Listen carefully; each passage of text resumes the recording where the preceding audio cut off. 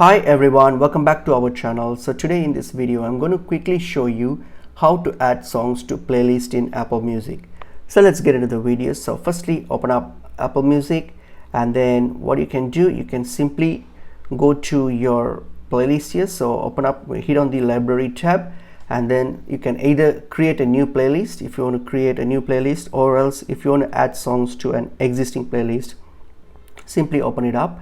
And then here what you can do, if there's no music in this playlist, you can simply click on add music, or if you already have some music on your playlist, then you want to add songs to it, simply hit on these three dots here and then click on add to playlist, and then here, so what you can do is simply click on add music, and then it's just go to your browse, and then where you can just browse for any musics from the library, or you can also search for a song here if you want something, if you're looking for a particular song. So I'll just browse and just get some sample song here. For example, here I will just choose one of these song here.